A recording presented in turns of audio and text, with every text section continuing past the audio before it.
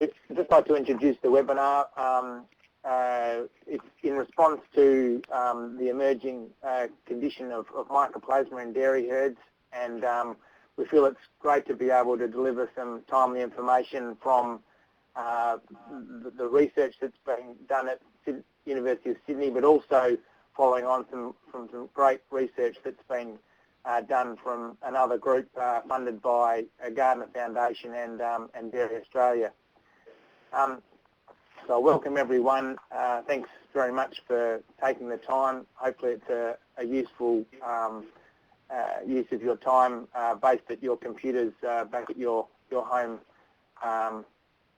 place of business.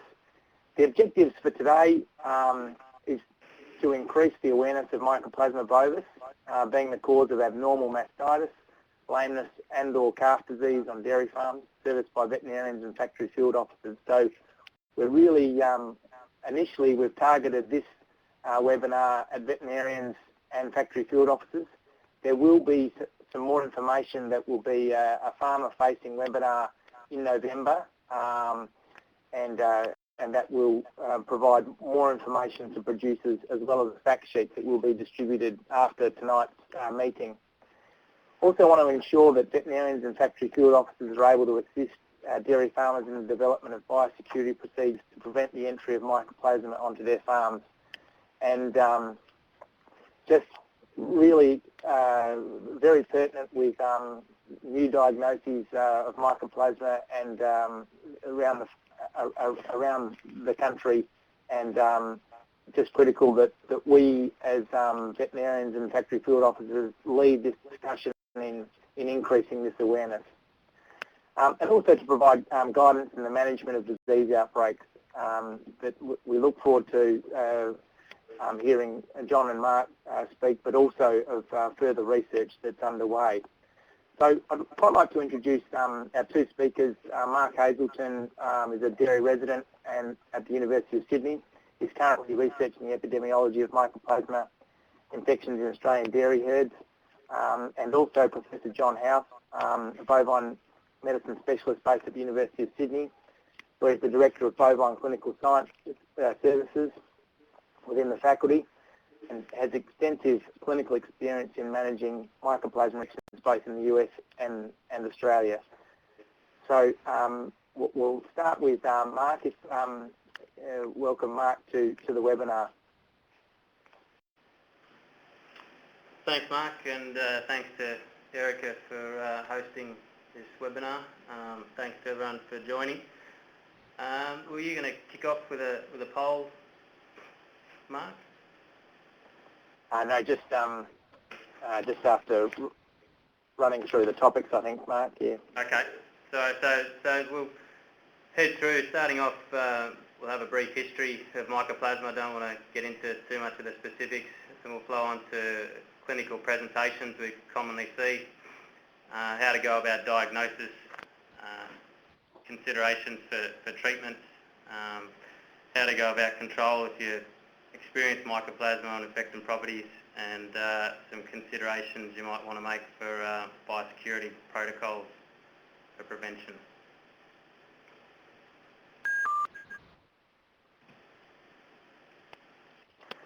So just to start with, if we can just, if you can see that on your screen there, just an audience poll. We'll just thank you very much. It's already been responded. Okay, a few field officers.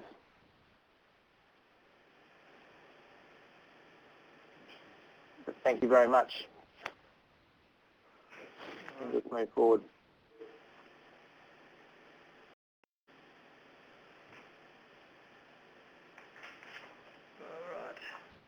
Some of it might be a bit brief, but happy for you to contact us via email afterwards if you want a bit more specifics or a bit more detail. But we'll jump straight into it. So mycoplasma, what is it? It belongs to a class of mollicules. So mollicules meaning mollus meaning soft and cuties meaning skin. So it's got a soft skin bacteria, i.e. it's got no cell walls. So this gives some unique characteristics, which we might come to later on, but you know, with antibiotic treatment, a lot of the antibiotic treatments revolve around the cell wall, so Mycoplasma is non-responsive to some of the current therapeutic options we use. It's got a small genomic size, and it's got a small size itself in diameter, one of the smallest self-replicating bacteria. It's also got other unique characteristics. It's microaerophilic, so CO2 to grow, and it's a slow-growing organism. So under culture conditions, it requires 5 to 7 days, and that really comes into play when we talk about diagnosis and getting a timely response. They have this typical fried egg appearance under the microscope, as you can see in this picture. There are over 100 Mycoplasma species that have been identified. A lot of those can be commensals. Of those, there are probably about a dozen which are of significance for disease in cattle. The most common one you're probably familiar with is Mycoplasma mycoides, subspecies mycoides, small colony type, also known as contagious bovine pneumonia. It was since been eradicated from Australia back in 1973. Of the others, Mycoplasma bovis is by far above and beyond all the others that you will see listed there. We'll see bovis most commonly, but I guess it's just a point to make out that we can see disease processes with other species of Mycoplasma, but bovis is the one of most significance. Other closely related organisms are Mycoplasmas and also ureaplasmas, which are of consideration when we're looking at culture species. Just a brief global history. Mycoplasma bovis was first isolated in the US about over 50 years ago in 1961, and it's since been diagnosed in multiple other countries across the world. And more specifically, in Australia, I mentioned before, contagious bovine pneumonia was experienced in the late 1800s, early 1900s, and due to a thorough testing and vaccine program, we were able to eradicate it in 1973. Some of the more recent literature might refer to Mycoplasma bovis being identified in Australia in 1970, but if you go back to the original paper, it actually doesn't identify specific species, but identifies 7 serogroups back in 1970. In the 80s, Mycoplasma alcoholescens has been identified, and also Mycoplasma serogroup 7, which has more recently been reclassified to Mycoplasma leachii. It was not until, I guess, 2006 when John became involved in several herd outbreaks that he identified Mycoplasma bovis to be the cause, and since then he's seen an emergence of outbreaks. He's also experienced Mycoplasma californicum, been involved in mastitis outbreaks as well. Since our research started last year, we've identified other species, Mycoplasma bovigenitalium, canadense, bovorhinus, and bovoculi. Looking at the prevalence of Mycoplasma bovis in Australia, there's a paper put out in 1999 that reported a very high prevalence, 43% of Victorian bulk tank milk and 62% of Queensland bulk milk tanks, but this study was later found that the test they were using was flawed, and it was cross-reacting, and therefore this prevalence is incorrect. As I suggested, John had been involved with sporadic outbreaks since about 2006, and then in the Gardner Foundation, work done there in 2010, and in the subsequent report, 2012, identified 1 out of 800 bulk tank milk samples to be culture positive, and PCR positive, 1 out of 238. So there's an estimated prevalence of 0.1 to 3.5% of herds, so this is quite low, but the consequences are very costly, and this is all due to the clinical severity that's experienced, clinical cases on farm, the lack of response to treatments, and the difficulty in eradication. And I guess it's pertinent to point out that since 2006, we've been receiving, or John's been receiving reports of disease outbreaks in all the major dairying regions across Australia, so all the major dairying states and territories. So as far as clinical presentations, what do we expect to see?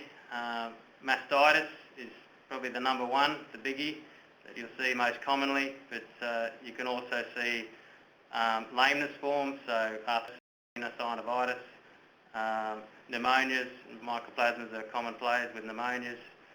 You can see otitis, keratoconjunctivitis, also see it associated with abortions and endometritis, salpingitis, orphitis, and seminal vesiculitis, as well as meningitis. Those last half a dozen are probably less common than the mastitis and lameness and pneumonia forms, but they still can be experienced.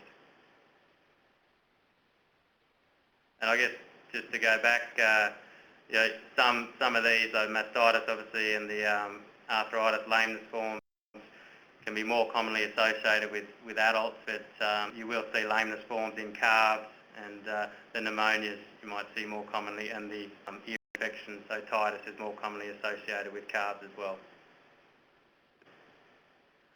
Just to expand a little bit on the lameness form, it's often referred to as an arthritis, but it's actually a bit more extensive than that. You often find a diffuse swelling. There often may be multiple joints involved, and sometimes multiple limbs. So if you actually open some of these joints up on post-mortem, you'll discover that the articular cartilage is often normal, and you'll see a lot of periarticular swelling. And often what's involved is the tendon sheath, so the tenosynovitis is a common player, which is why you see the diffuse swelling above and below the joints. And it quite has a rapid onset. Common reports is that you'll have them blow up overnight. Very painful. Don't want you taking too much of this slide, but just to appreciate that I've mentioned multiple Mycoplasma species that can be involved with the disease. Some Ovis can cause all types of the diseases that I've just previously mentioned, so mastitis and arthritis, the pneumonias and ear infections.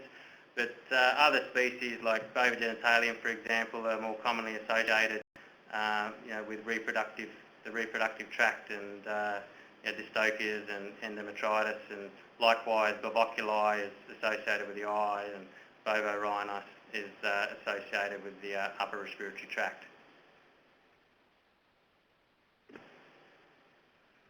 The transmission, what do we need to consider when it comes to transmission? Mycoplasma species are largely considered to be contagious pathogens, so animal associated. So they have a somewhat limited survival in the environment. However, under the appropriate conditions, the right temperature, moisture, and darkness, they can survive for extended periods of time. So the reports have shown that they can survive up to 8 months in manure and recycled sand bedding. So I guess whilst we do consider what's going on in the parlour and at milking times, we do need to, I guess, keep in the back of our minds the potential for the environment, but it's largely the contagious nature of it that contributes to the transmission. We have a question. Robert Bonanno's question is vulvovaginitis a disease of vulvo? See that. So Mycoplasma species colonise all mucosal surfaces, so we commonly see it with the eye, the nose.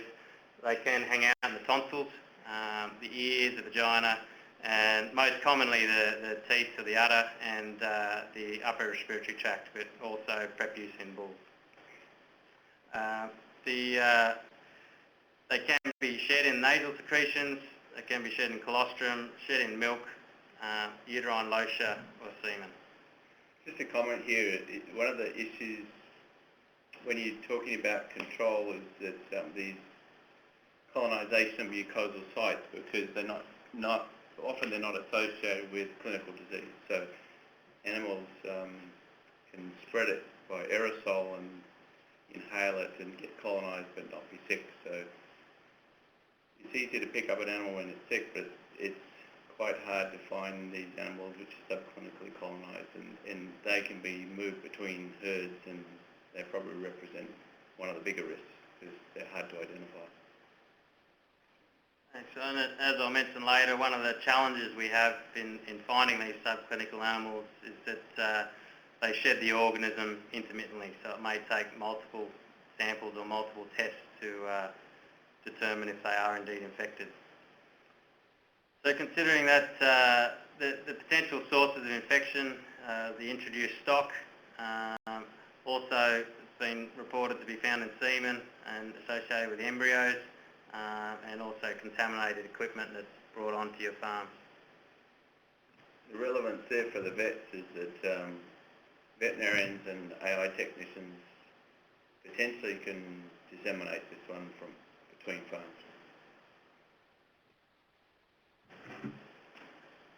So increasing the awareness, what are some of the warning bells that will be going off to make you think maybe I should be including Mycoplasma as one of my differentials? So we just had a question there from Eva Lewis. The question is, does this include rubberware, I think is what it says. Yes, potentially. Anything that contacts mucosal secretions could become contaminated and become a fomite. So if you move it between properties, then you could transfer the infection between properties. So some of the considerations, if you're thinking of Mycoplasma, if you get asked, do you have a stronger mastitis tube? As I mentioned before, alluded to before, often Mycoplasma infections are non-responsive to routine mastitis treatments. Sorry, got another question from Ewan. What about the milking machine rubberware? Yes. If one of the areas where you have a lot of transmission occur is in the hospital, the risk, when they've done studies in the States, is about 7-fold greater in hospital or hospital strength, and effectively all the equipment can become contaminated, milkers' hands can become contaminated. So one of the control procedures in high-risk groups of animals would be actually do what they call cluster dunking, or flushing the equipment with a sanitizer like iodine between cows. So if you have cows with clinical disease, then basically washing it before you put the machine on the next cow. We'll cover a few of the control strategies in a little bit. So other warning bells. One more question. David Beck has a question. How long can it survive in the environment, e.g. on gumboots? It's suggested to be able to stay in manure for up to 8 months, and it needs to have a temperature of between 15 and 20 degrees. It needs to be quite moist, and it doesn't like light. So if you, I guess, expose it to sunlight and your boots are clean, and that should mitigate the risk of transferring it from farm to farm. They have also done studies looking at in water, on swabs and different materials, and a lot of those were a lot shorter duration than in the manure, so they were often just a couple of days or 20 days. I can't remember the specifics of each material. 60 days for sponges, and it can go down to about 15 days for wood, I guess. Okay. There's a question from Robert also saying stomach tubes are a real risk too. Yeah. So, do you have a strongest mastitis tube? Often mastitis will present in multiple quarters. Often you'll hear of or see in the records that they've got an increased culling of non-responsive cows to mastitis. The mastitis cows, they can look as though they have a lot of milk, but they give very little. You may see, or you might commonly see, outbreaks associated with fresh heifers or fresh cows. It's more commonly associated within cows as they reach towards their peak lactation. May be associated with calf disease, so make sure you're aware of what's going on with the calves. So you may see it present in the calves first, so pneumonias, head tilts, swollen joints. Often they appear limp and poor doers within days of birth. Often, as John suggested before, associated with very painful, rapid onset leg swelling in adult stock around time of calving. There's been also, we've had reports of facial swellings and lesions on the brisket. And of course, you don't need to see all of these. You may see one, you may see a couple. So any of these should be ringing those alarm bells to put on your differentials. Just a couple of questions that have come in. Gemma was asking about what we recommend for contaminated calf bedding. Probably don't have a really good answer to that question. Yeah, avoid other animals having contact with the bedding. I haven't seen a good sort of solution to that one yet. Any comment on that? No, I guess it's suggested to stay in straw for 20 days. I guess if you've got good aeration and cleaning it out continuously, then that should help. And the next question was from Susan Swanee. Is there any explanation for the onset variant related to calving? I'll visit that a little bit. There's a few risk factors I'll come to once I get past the diagnosis point. But yeah, stress is certainly a factor that you've got to consider. And it's hard to avoid, I guess, around calving, but it's one of the most stressful periods a cow will experience. So moving on to diagnosis, now we know we've got it on a differential list. How do we go about finding it if it is there? Culture is one of the most common mediums that's used for diagnosis. You need to be aware that it requires a special media for growth. So your standard milk culture technique will not detect Mycoplasma. You need to be in touch with your laboratory and make sure you're requested, or at least understand their techniques if they get a no growth on normal blood agar. There's multiple medias that are used out there. Of course, the organism must be viable in the sample that you're sending. As I mentioned, they're slow-growing organisms, so it can be 7 to 10 days before you may get a result. It's the fried egg appearance they're looking for, and you will sometimes get a growth, other molecules growth. You won't necessarily always get Mycoplasma bovis, but it's the most common, so you will get it more commonly, but we do need to sometimes consider what other species may be growing in a culture. So there is a small potential false positive, but if you've got a clinical case and there is a growth on a Mycoplasma plate, then there's a good chance that it would be bovis. But we do need to consider if it could be Californicum or any of the other species.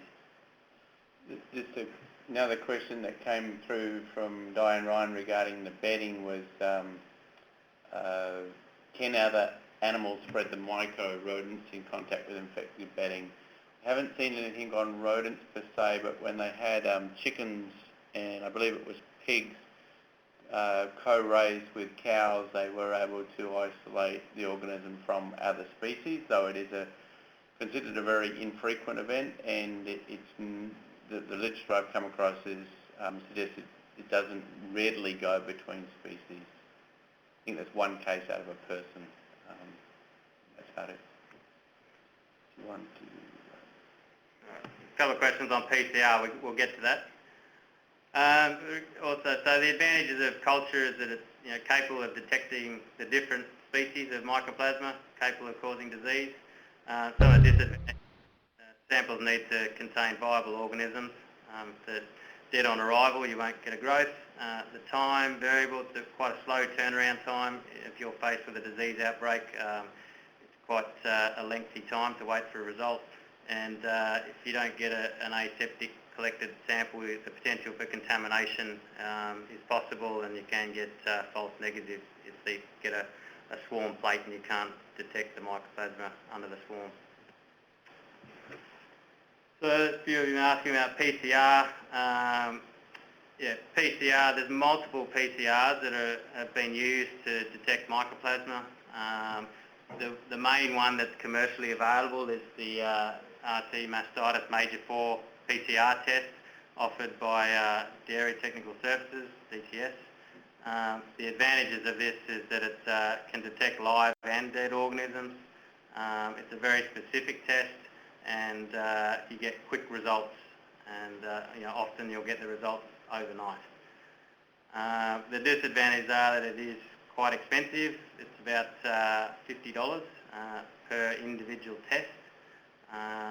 It detects Mycoplasma bovis only, so you're not sure if you may be experiencing some of the other less frequently caused Mycoplasma disease outbreaks, and it just works on milk samples only. And this is part of our ongoing research, is to develop a probe-based real-time multiplex PCR. So what we mean by that is a PCR that can detect multiple Mycoplasma species that can be tested concurrently, and also that this can be used on or directly on different sample types, so whether it be semen or swabs as well as milk, and we don't have to go through the culture phase. There's a few questions that have come up. We might just answer some of those questions before going to the polls, perhaps, or we can just leave that up. Mark and John, Debbie's just asked, what is the likelihood in disease outbreaks that we get false negatives in the PCR? If you have a disease outbreak, normally when animals are diseased, they'll shed large numbers of organisms, particularly if it's mastitis, I'm assuming here. So if it was mastitis, so there's clinical mastitis, then you normally will get about 10 to the 6 organisms per mil. So if you're doing PCR on that, it would be unlikely to be a false negative. Whenever you do one sample, if you only do one, there's a risk of a false negative. But so if you have the scenario of an increased number of cases of mastitis, often more than 1/4 affected, poor response to antibiotics, I'd say that looks like Mycoplasma. It has a lot of hallmarks of Mycoplasma. If I got one result that came back negative, I'd submit more tests, or at least another test to confirm it. But normally in that situation, you're unlikely to get a false negative. With culture, if you do culture, the thing you've got to be careful of is how you handle samples, because if the samples are handled, they become warm and they heat up and they become overgrown, that could give you a false negative, because you basically just get overgrowth on the plate. It takes a week to grow it, and if you've got other organisms, they can swarm over the top of it and you can't see it anymore. So it is influenced by what tests you use, how the samples are handled and processed. So that would be common in that regard. But typically with clinical disease, no, it's usually pretty easy to find. What else have we got here? Actually, got a question on... Another question from Tess Robinson. What about false positives? She's had a number of these that have been revised to not be detected, I think. Yeah, we came across that as well. There was a changeover in the lab, main person driving the lab at DTS, and when that happened, there was a couple of results that went out where they had, I think they had them as suspect or low positives, and then they did revise some. We came across that phenomenon as well. Not sure what was going on there. I think that was a lab scenario. We haven't had any more since. No, we've had a sample with pooled samples where we've had a positive pool but haven't been able to go back and find a positive animal within that pool, and but infrequently. Yeah, very low. And I think that then the positive to negative seemed to be just a specific point in time. It seems that was probably a function of something happening at the lab, and we hadn't seen it before, and we haven't seen it since. There was a question also from Natasha Lee. Do you have an opinion on the Verbac Speed Mam Colour in-house test for Mycoplasma? No, I'm not familiar with that one. Love to actually hear more about that one from you. Yeah, that would be interesting. What else we got there? Yes, we'll talk about bulk milks, Rod, in a second with regards to PCR testing. Can we move on? So okay, yes, if we could just move through those polls, that'd be great. We had 57.8% of people say they've used DTS and 42 have not. Okay, so the next question is which PCR test do you use the most for when you request or complete 12?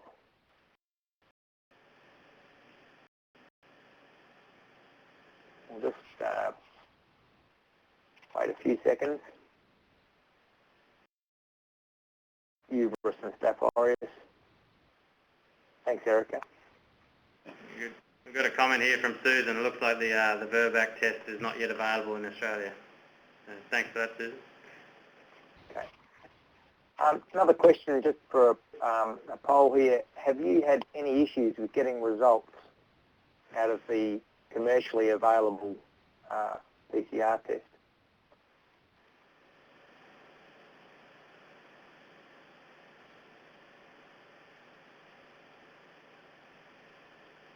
Okay, thanks very much for your responses.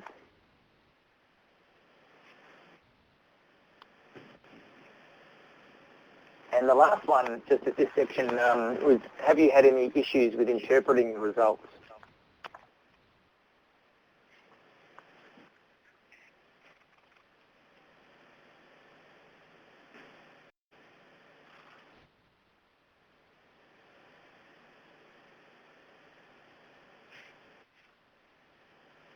Okay, thanks very much for your responses.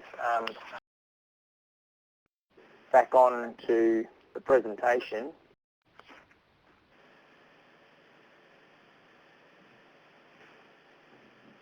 All right.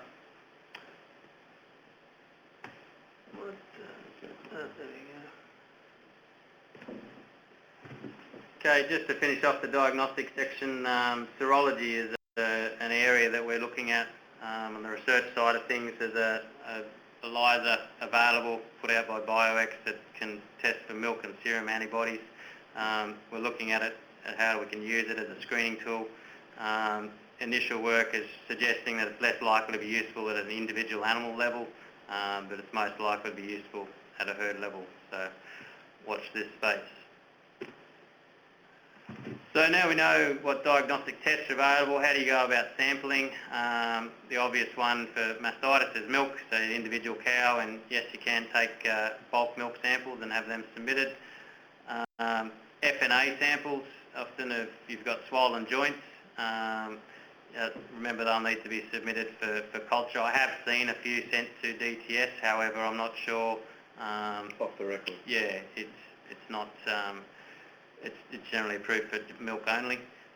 Sterile swabs, they can be taken and sent. Make sure they're sent in AIMS transport medium. They can be taken in the nose, the eye, the vagina, prep use, and any post-mortem samples you may be involved with. And also semen samples for culture. Transport is important. Make sure the samples are fresh.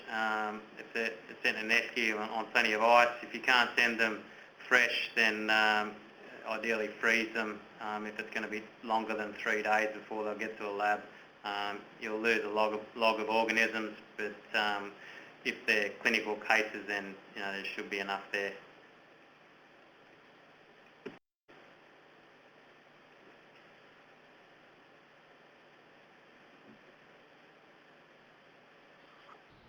Who's experienced mycoplasma in a herd? Another poll.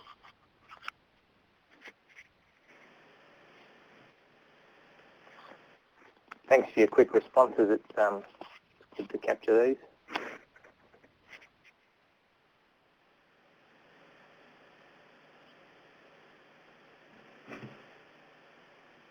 While we're catching that, comment from Tristan, has there been any estimates of the cost of the disease for the industry?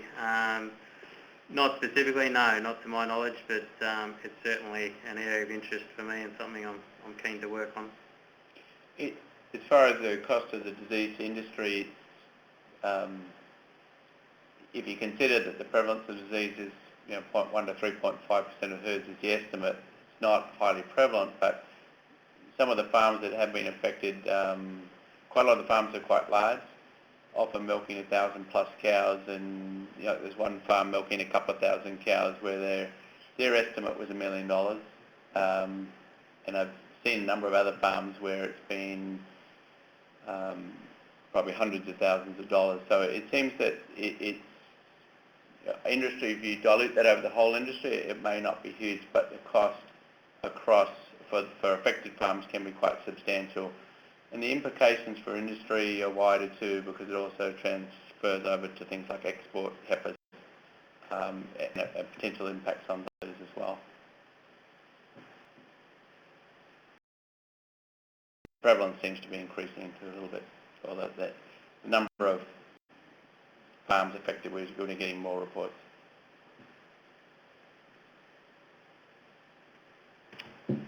All right, so once you've got a positive result, how do you go about, or what considerations can you make regarding treatment? Well, the bad news is that generally the response to antimicrobial therapy for mastitis is poor. The drugs you may want to consider using have to be susceptible. The ones that interfere with protein or DNA synthesis, or that deal with cells, aren't going to work. There's been some limited success with antimicrobial therapy in calves with pneumonia, polyarthritis and otitis media, but unfortunately most of the antimicrobials with activity against Mycoplasma species aren't registered for use in dairy cattle in Australia. So some of the macrolides could be used or could be considered. Tulathromycin does have a labelled use in dairy heifers, however it's once only, and in non-lactating animals, where tilmycin can't be used in lactating animals, but there may be the option to turn it into beef animal if that's an option. But above and beyond, the main treatment is isolation and culling as the recommended strategy to control the spread. I had a couple of questions come up there. Yeah, we'll just handle one from Mick there. Michael Dard, does it sit at a low level on farms before a situation of an outbreak occurs? Have you found it at low levels? If you guys could answer that. Just comment in regard to that is, if you look at the literature out of the US, they'll say that a lot of, that this organism's prevalent in noses and vaginas and for cattle quite commonly, or that it's out there across a lot of farms and not all of them are seeing disease. If you look at some of the literature out of the UK, they're saying that in places where you haven't had Mycoplasma bovis, you don't find it. And so like New Zealand, they say they don't have it. Not sure if that's really true yet, but it appears that when a farm has it introduced, that it often manifests as a disease outbreak, we presume, because we didn't actually necessarily look before we got there, but you see this disease outbreak phenomena, and it will last a few months, and if people don't know what it is, it gets quite expensive because they inadvertently spread it. So one of the important things is people consider it and submit some diagnostics that are appropriate for it. Once you do the cleanup phase and you get the clinical cases out of there, then it will fade into the background and can become a non-issue, in the scheme of the farm's business. But I wouldn't say it's gone, because every now and again it can pop up again, and occasionally it will pop up with a mini outbreak, particularly if you have stresses like problems with transition malnutrition or severe environmental conditions or other series of events on the farm that compromise immunity, and then you can have a flare-up. So I suspect on farms when they become infected that they actually remain infected at very low levels. All right. Diane just got a comment on vaccine. We'll touch on that briefly when we come to the prevention section. And as far as any data on superinfections in mastitis, I'm not aware of that. Generally it's a standalone, but have you got a comment? No, occasionally we'll see micro with other organisms, but most of the time, it's an entity in itself. So, regards to control, what do you do in the event of an outbreak?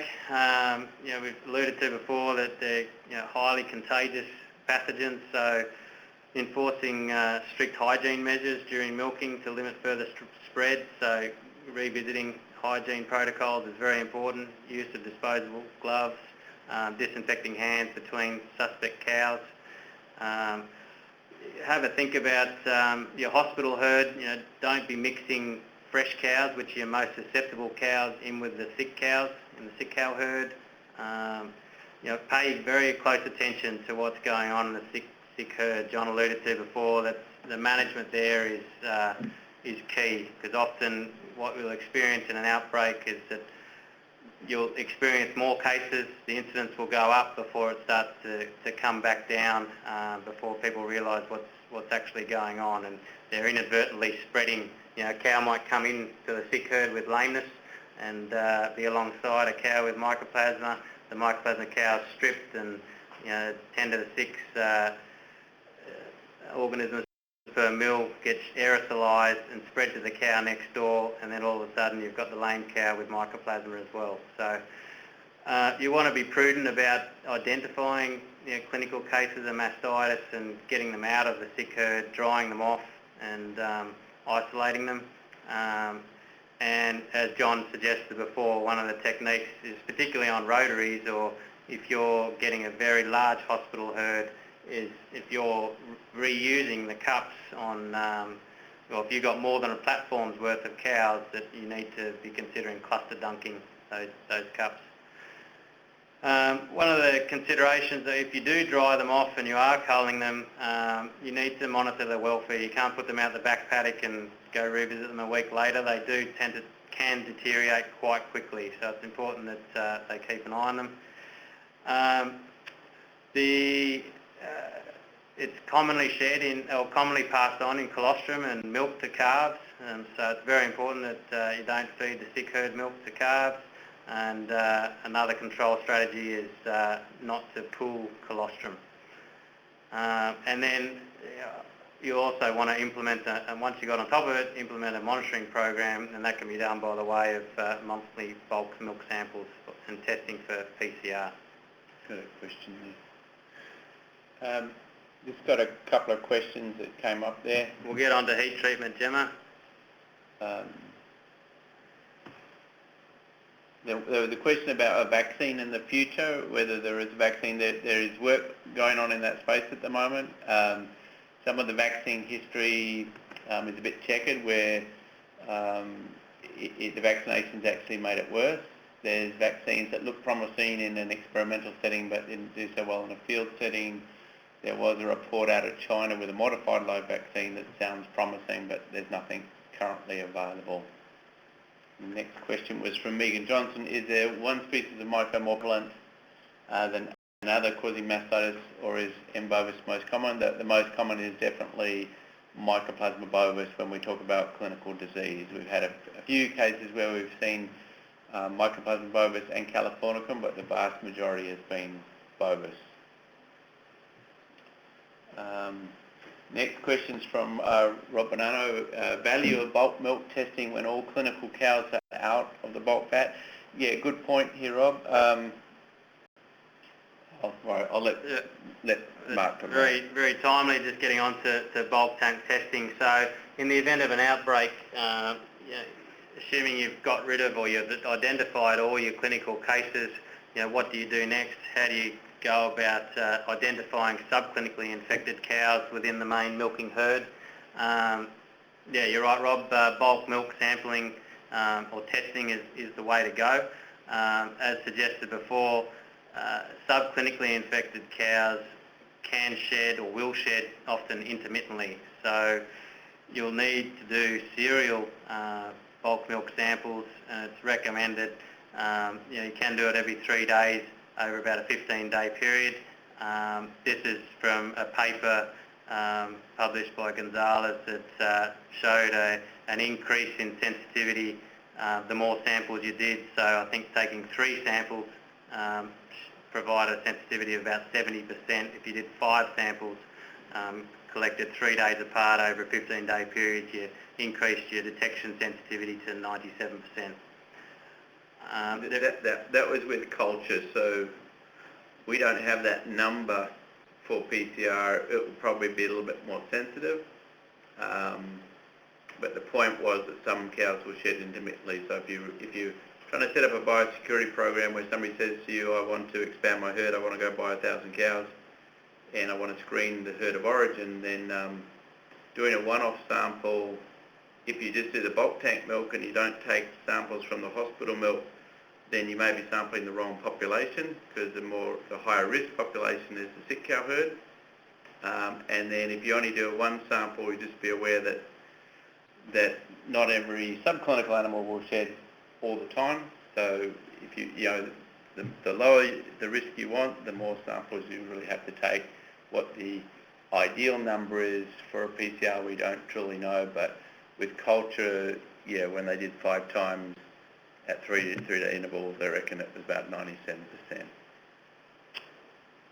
All right, so also consideration, if you've got an outbreak under control and you've got a monitoring strategy in place, i.e. you're doing bulk tank sample or bulk tank testing every month, what do you do if you get a positive come up and you don't have any clinical cases that you're aware of? One of the research questions we're asking is, can we use somatic cell count as an indicator to guide pooling strategies? And that's one of our research projects ongoing at the moment. How do we a cost-effective method to go about finding those subclinically infected cows?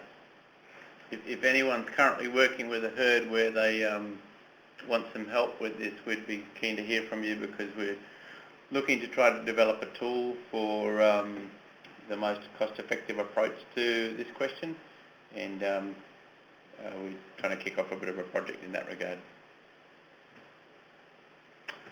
So just to cover some of the key points in control, obviously very contagious, want to limit the amount of spread. You want to have a speedy diagnosis so you can get the clinical cases isolated and lined up for culling. You also revisit all your hygiene protocols at the farm, and don't forget about the calves, so consider potential contamination of colostrum, and also consider the sampling strategy, how to go about it if your bulk tank becomes positive. Just got a question here from Debbie Twist. It's a good question, actually. So cows, this is moving. Where'd it go? Get up there. Oh, the question's disappeared. Right here. If cows subclinical, how do we ID individuals? If we can't ID subclinical animal shedding, does monitoring just give something, right? I think the point is, if we have subclinically infected animals, then what's the point of this monitoring when there could be animals in the herd that are colonised in their vagina or their nose, and we're not going to pick it up with milk? And that is real. And I guess the response to that would be, if you're having animals shedding in milk, then you have more risk of cross-infection to other cows at milking, and the potential to have mastitis occur. And so really the focus is on managing that risk. if animals that have a nose but it's subclinical, not costing anything, then our experience would suggest this is common. When Mark was following a bunch of bulls that were put in with an infected herd, they all seroconverted within, well, it was like 90%, wasn't it? Yeah. They seroconverted, but none of them got sick, so they obviously got exposure at some level. But if you have them shedding in milk, then you're worried about the mastitis spread. So we might, just in the interest of time, we might move on. Some of you have asked, can it be eradicated? We would suggest possibly no. Some of the papers out of the US will show that they've gone back a year later and tested herds negative, and that therefore suggests it's been eradicated. But John's work here and an outbreak he experienced back in 2007 shows that there was quite a quiet period for some years, with just the odd case here and there in 2008, 2009, and towards the end of 2010 experienced another blip, more commonly in the heifers coming in. So, this to us suggests that it does grumble away in the background, that it could be kind of, with the dairy for life, and just becomes a management rather than a eradication program. And that becomes important when you do look at that question of how aggressively should you go looking for all the infected cows. I think you need to look at cows that represent a risk of transmitting disease to other cows, but to just go chasing every single infected cow with the thought that you're going to get rid of it is probably a big ask. Ron, your question, I just found an article today about an outbreak in a closed herd. If you email me, I can send it to you. That was US? I think so, yeah. So we've alluded to this before. So what are some of the risk factors we need to be aware of that have been commonly associated with outbreaks? Stresses, so they can take the form of management. So mixing animals or the introduction of new animals prior to calving is quite common. So that's introduction of heifers in particular. Nutritional, we've seen outbreaks associated with poor quality feeds or restricted access to feeds or changes in diet, and also environment. We've had some very poor weather conditions, and it doesn't have to be one of these, it can be a combination of these that really hammer the immune system. Just want to emphasise here that a lot of disease outbreaks are potentially associated with buying in cows. This disease is often purchased.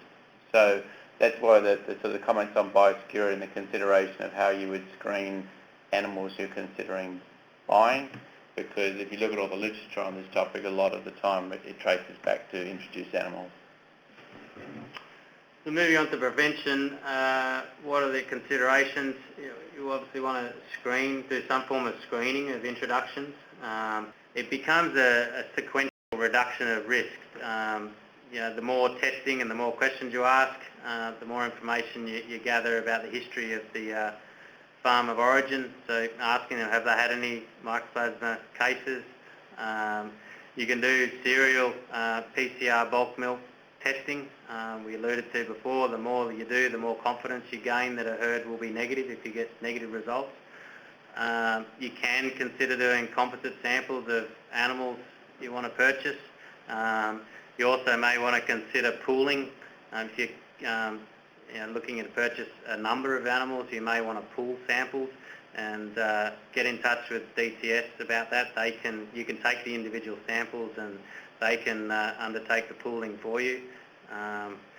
And we're hoping that there'll be more options into the future with regarding to serology and the potential antibody titers and what it tells us in relation to their time of potential exposure.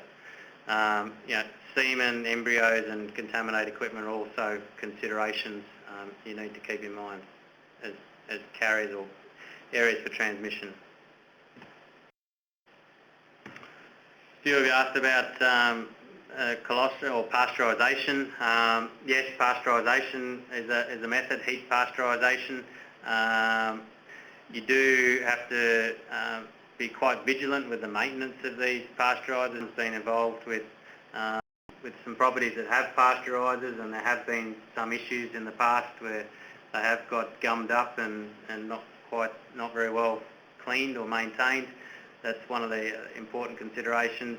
That they're quite costly, so it's not something you just go out and buy. You do have to run some sums and decide if it's best for the farms you're working with.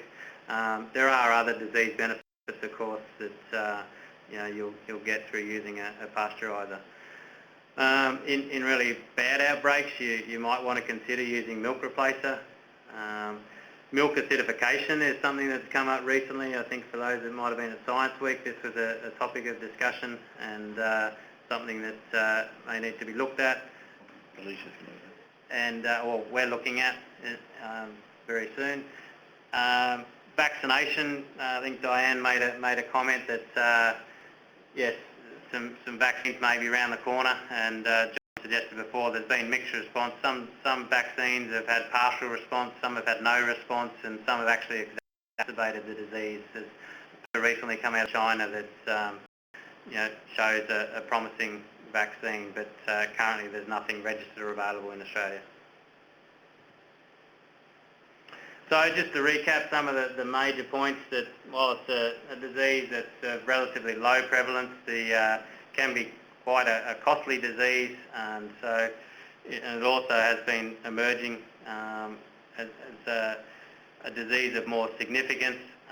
There's multiple clinical presentations that you may come across out there, but the major ones being mastitis, lameness, head tilts and pneumonia.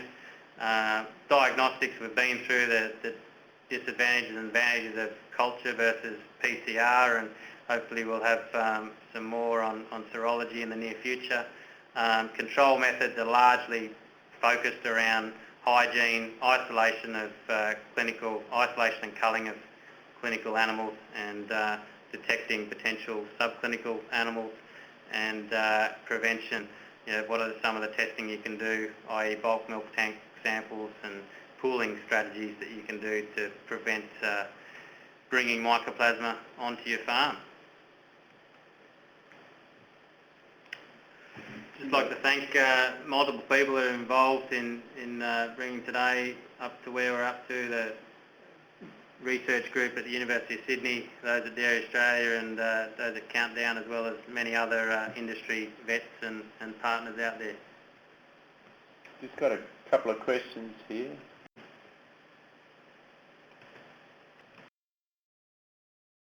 I think there was an earlier question with regard to rodents, John and Mark. Not normally, unless the scenarios where the poultry and the pigs that like Mycoplasma bovis was where they were actually, it was in Europe and they're all in the same barnyard sharing exactly the same environment. So I guess if it's very close contact, it's possible, but it's uncommon. There was another question from Chris Shirley with regard to the normal cluster cleaning and removing Mycoplasma bovis from liners. I'm not sure what Chris meant with normal cluster cleaning. You commented about what you could possibly use if there's a larger number of at-risk cows in the hospital herd. Yeah, so if you've got you in the herd and then you milk the sick cows last, and if you only have one side, you're fine, because then the machine gets washed, and the normal process, washing with acids, alkalis, so forth, will clean the equipment and remove the Mycoplasma. The issue becomes a problem when you have accumulated non-responsive cows, because they haven't responded to treatment because they've got Mycoplasma, they come back for their treatment failure, then their recurrent treatment, and sometimes you'll go into a barn where you look at the records and they've been treated 3, 4, 5 times, and now they've accumulated in the hospital, and that's where you really have problems, because that's where you need to clean the units between cows. And the thing I'm most familiar with is people just using iodine, like teat dip. Just like cluster dunking, you pick up half two of the shells and dunk the other two in so that the bowl fills, and then you flip it up over and you dunk the other two. But if you just try to dunk all four at once, it airlocks and you don't get the iodine actually into the unit. So it's important that you actually get contact. That's what I've observed anyway. And I think when we had Andy Johnson here from the States, he actually described having a medicating system which actually drips iodine into the drop hoses, and so that whenever you wash the equipment down, it actually sanitizes at the same time, and that would be quite easy because then you can just put the drop hose into the cluster and flush it through that way. I haven't had direct experience with that, but that's something they're starting to do more in the States. One thing that we didn't actually mention earlier when we were talking about risk was one of the strategies in the States too is when you have outbreaks is to stop all intramammaries, because often when people are stripping cows and putting tubes in, they get contamination on their hands and they end up moving it cow to cow. So when in the midst of it, the height of the outbreak, if you stop infusing cows and just go to something like Mamazin or an injectable Tylan or an alternative until you clarify the infection status of cows, remove the infected cows, and then once you've got it under control again, then you can go back to regular treatments. But there has been outbreaks of disease in things like dry cows, where probably what's happened is people have got equipment in their hands and things contaminated, then gone between cows and actually pushed it up into a bunch of cows and then had an outbreak in dry cows. So it is something that's easily spread by people. Question about batch pasteurisation time and temperatures. I can send you some more info on that on Ewan if you like, but just as a bit of an idea, 65 degrees for 2 minutes will be enough to cover for Bovis and Californicum, and for 10 minutes is required for Canadents. At a warmer temperature of 70 degrees, you can get that down to 1 minute for Bovis. So that's kind of the range, but I can send you more specifics on that if you like later. And Gemma Chucks just put a comment there about batch pasteurisers are easier to clean, and that's true. The problems that I've seen with pasteurisers are often the ones where they've got a heat exchanging plate, and if they don't get cleaned properly, then the heat exchanger gets clogged up with coagulated protein, and it starts to cook it, and like the actual heat exchanger unit overheats and it starts to burn, but the milk's not getting warmed up because it can't flow through properly, and it's a real bugger because then you've got to strip it all down, take it all apart and unclog it. Whereas the batch one, you just got it, the milk's not running through coils and things. And those prices look pretty good. What about the copper? Oh, the question from Ewan Lewis was, what about the copper overheat? Don't know what I don't know what that one's referring to, unless it's with the flow-through systems. Caroline, you're asking about Mycotil. Yeah, it cannot be used in lactating animals. Or animals. Or animals for future milk production, so it cannot be used in heifers. The only macrolide I'm aware of is tulathromycin. Which can be used in non-lactating heifers. And just following on from that other question about the disinfection, Tess Robinson's just asked about chlorhexidine as a method of disinfecting and reducing risk with clusters. Is that sort of similar to iodine and perhaps even peracetic acid that may be used in some systems? Yeah, there was a paper that looked at different disinfectants, and chlorhexidine was efficacious. I think peracetic acid was efficacious. I don't remember all the details of it, but I guess I remembered iodine because that's what a lot of people were using, and I was just checking to make sure that it would work. But it hasn't got a cell wall, so actually most of the disinfectants are quite effective on it because it's not the most resilient organism. Question here from Corrine about culturing one of the more rare species from a calf Like it would be of significance if you're seeing, clinically seeing swollen joints, further diagnostics in the bulk milk. Depends if it would be an isolated case or I guess whether you're seeing it in more numbers as to how far you would go with that. That question, as far as if you culture a different species from a clinical case, where does the PCR fit into that? Well, it doesn't. So that's the consideration there, is that if you have a clinical presentation that looks like mycoplasma, as far as you have, tinea synovitis in cows, for example, or you have multiple causes in cows not responding to treatment, multiple cows affected, and you don't get a mycoplasma PCR positive, then considering the possibility of a different species is a sensible thing to do, and for that you will need to do a culture, because the PCR from DTS is specific for bovis and it won't pick up the others. I haven't heard capricolum causing mastitis outbreaks. I haven't heard of capricolum in cattle causing mastitis outbreaks. I don't know. Okay, I think we better wrap it up. Is that just echoing a bit? Okay. A little, not too bad. I'd like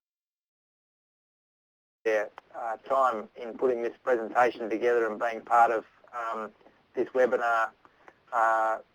Fantastic to be able to share this information, and hopefully it's been okay for you guys receiving it into your homes and businesses. I'd like to thank Dairy Australia and Catherine Davis and Erica Oakes have assisted in this process and facilitated this happening. If there's any feedback with the technology, the timing of the day when we've put it on, or even the topics, we are planning other advisor webinars into next year with some data management, be around March or April. And really, again, I think it's a great medium, and hopefully you guys that have been listening in today have been can take some leadership with building awareness and really reducing the risk of introducing this potentially very costly organism onto farms, especially in a time where there is a fair bit of expansion going on. I also sort of go back to a comment that Roger Blowy made at a recent meeting when he said we saw he was actually referring to a different condition, but we saw digital dermatitis coming across Europe, and we didn't do anything about it. And I think, I'm really glad that we've got a great number of people that have shared in this presentation, and probably and others around at other conferences, and hopefully we can really be on the front of our clients. We're starting with the advisors, and certainly the fact sheet that's below that you can download will be available for farmers, and there will be a webinar and more information about biosecurity for producers in November.